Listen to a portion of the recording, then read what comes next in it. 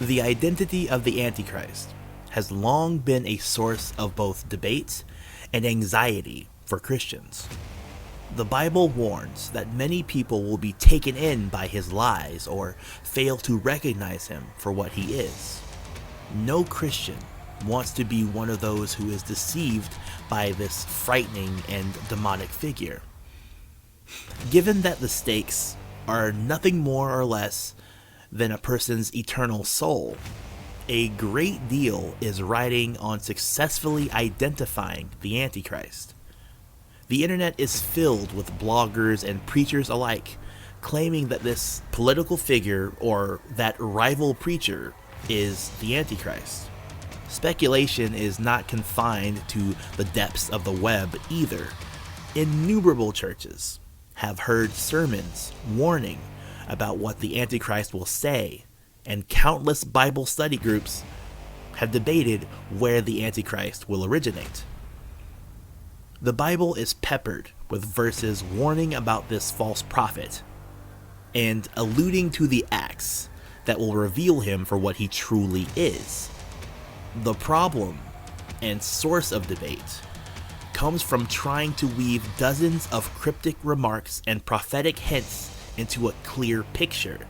Unfortunately, someone has yet to turn the myriad of clues and references to now ancient empires into a single, cohesive portrayal.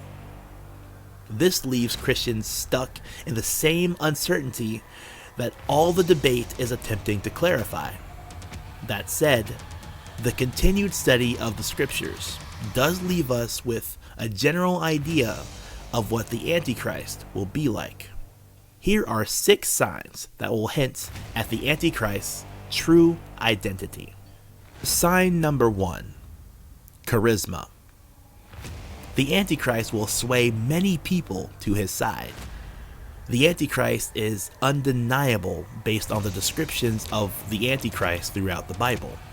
He will be admired, and the odds are good he will be a smooth talker who will win people over through his ability to speak great things.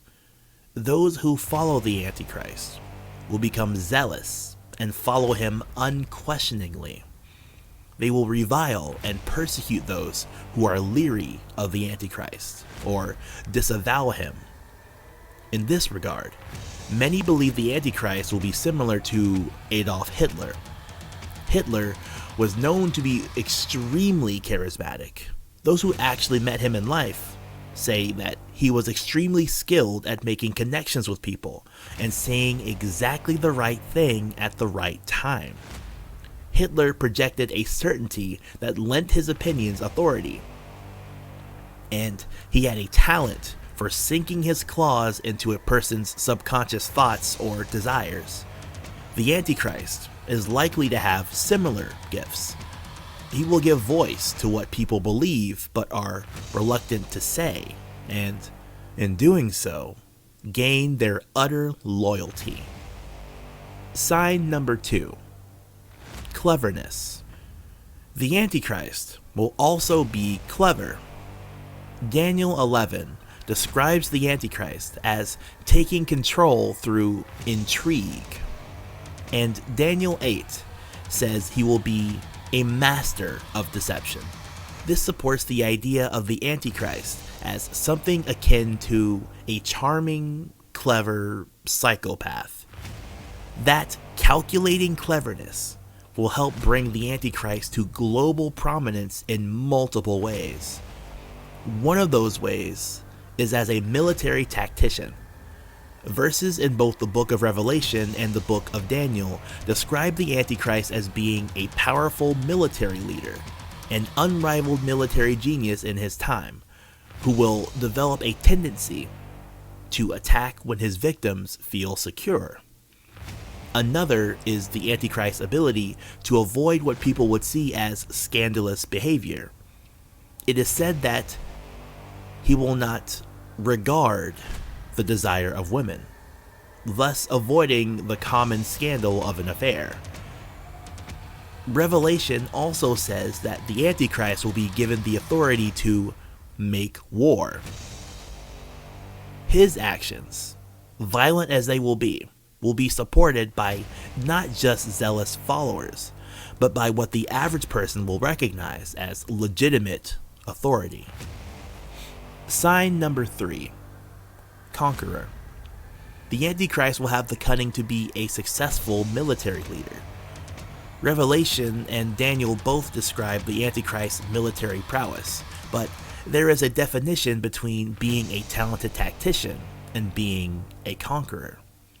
The Antichrist is undoubtedly the latter. Revelation 6:2 says, "The Antichrist will go forth conquering and to conquer. He will take over lands that did not belong to his people and hold them." His conquest will likely take place, at least partly, in the Middle East. The theory of the Antichrist's involvement in the Middle East is common, especially the notion that part of his strategy will be to make peace with Israel before attacking the Jewish people. The Antichrist's conquest will also be seen as legitimate. Revelation 13 says that the Antichrist will be permitted to wage war on God's holy people and given power to extend his authority over every tribe and people. Revelation 13 also states bluntly that the Antichrist will succeed in conquering God's people, at least for a time. Sign number 4, economic control. As well as gaining military control over much of the world, the Antichrist will gain economic control. In Revelation 13, the infamous number of the beast is discussed, and it is related to the Antichrist's control of the economy. According to the scriptures, the Antichrist will compel all people to be marked with an inscription on their hands or foreheads. Only those with this mark will be allowed to buy or sell. Whether the Antichrist will use force or charisma to compel people to accept his mark is not stated. It could, however, be born of simple practicality. People may be presented with the choice of refusing to take this mark or losing their chance to participate in any sort of buying or selling. The Antichrist's charisma and cunning would allow him to make this seem like a reasonable requirement of trade. With society accepting this new regulation, even those who disagree with the Antichrist oblige and take the mark so they can feed their families. Sign number 5, Blasphemous. The Antichrist will be a blasphemous man. It seems like blasphemy would be an easy way to identify the Antichrist, but consider what the Bible defines as blaspheming. Any use of the Lord's name in vain. Now, think of how often the phrase, "Oh my God," is used to denote shock or excitement. Recognizing the Antichrist will be difficult, especially in the Western world today, where religion is often kept carefully out of politics. A clever man could very easily get away with a great deal of blasphemy, especially if he takes care to do it in ways that are common around him. But the blasphemy of the Antichrist will eventually reach new and unheard of heights, and he will attempt to say that he is God. Until that time, however, no one is likely to look twice at a man who uses Jesus Christ as a curse when startled or angry. Sign number 6, wonders. What will set the Antichrist apart from other clever, charismatic leaders is his ability to accomplish wonders.